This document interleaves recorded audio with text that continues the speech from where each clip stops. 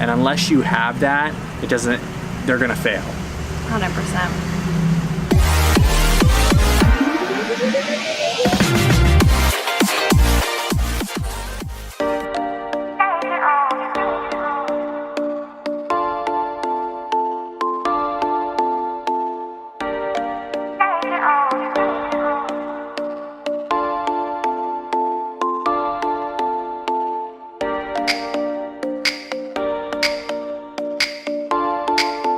What's up, you guys?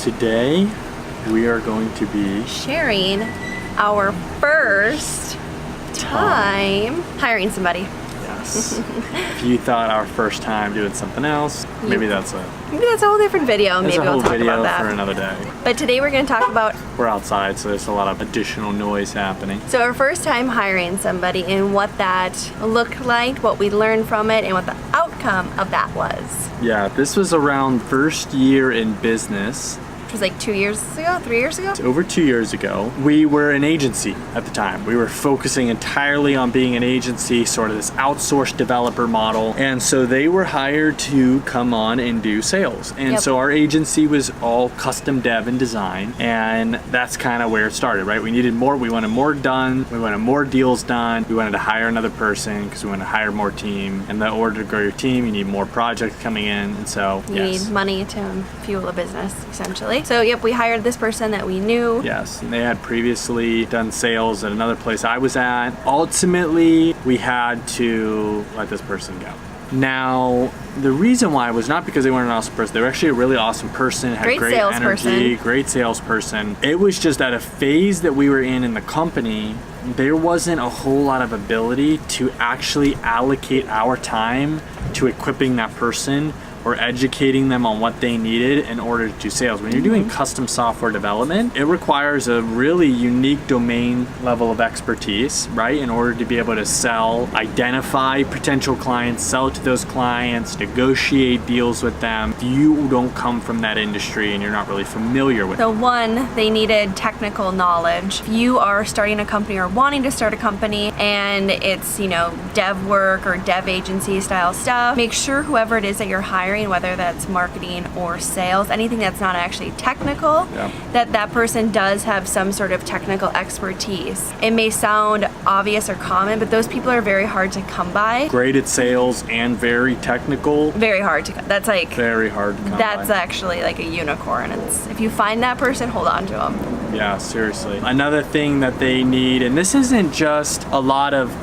like another thing that they would need, but there are a few things that you should have, which is energy, positive outlook, willingness to kind of go on this adventure of the unknown. But I would say we hired and made a mistake because we tried to be a mold of what we thought we should have been. 100%. We weren't exactly sure what the company was supposed to be. What we wanted it to be. Or what we wanted it to be. Instead of doing that like kind of R&D ourselves, we were just like, oh, this is what everybody else is doing, let's just do this. Yeah, we're gonna be an agency, we're just gonna bring in a bunch of projects, we don't care what those types of projects are, we don't care what we have to do, just come in, sell, land us any client you need. And it was just, that was because we talk on that mentality of like, grow at all costs, have 100 salespeople growing, hire a bunch of people, and we didn't, like Brandy was just saying, the company didn't have any identity yet. We were still new, we were less than a year old, and we just hadn't built something stable or sustainable yet, but we tried to inject this person to essentially throw fuel on a fire that didn't have any substance, if you know what I'm referring to on our last video. And because we didn't have the right infrastructure identity in place, we realized that we came to terms with that it wasn't the right time, and that's why we had to let this person go. And that's why it makes it difficult to bring somebody on if you don't have a trajectory mapped out yourself, or at least some sort of North Star for them to go towards. Yep.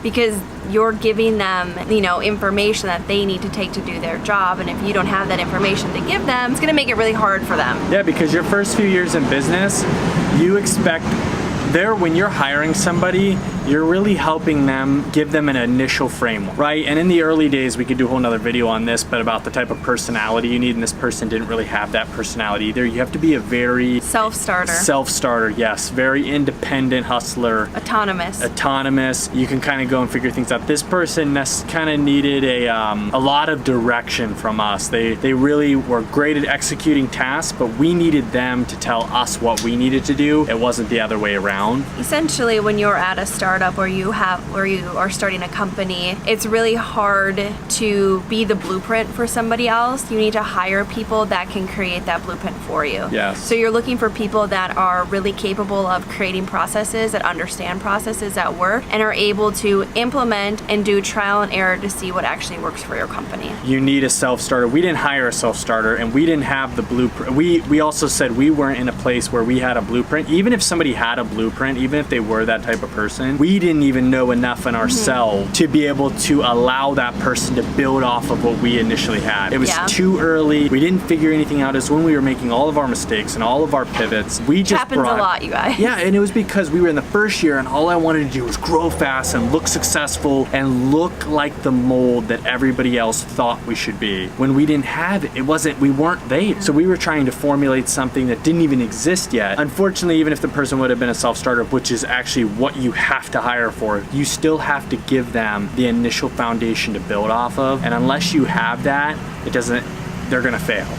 100%. All right, to summarize, early days, don't try and be the mold, don't hire fast when you have no idea what you're even building yet or have any form of identity or structure in your company. Hire a self-starter, hire somebody that is capable of writing and creating a blueprint for whatever process you're hiring them for or whatever position you're hiring them for, but also make sure that you are there to give them enough of a foundation to create that blueprint successfully. Yes. You don't have to fit in a mold that everybody else thinks you should. Take your time, build the foundation, build the structure, build the initial blueprint that other people can come in and successfully build on. So if you like this video, you thought it was useful, thumbs up, please. Boop. And of course, subscribe to our channel below.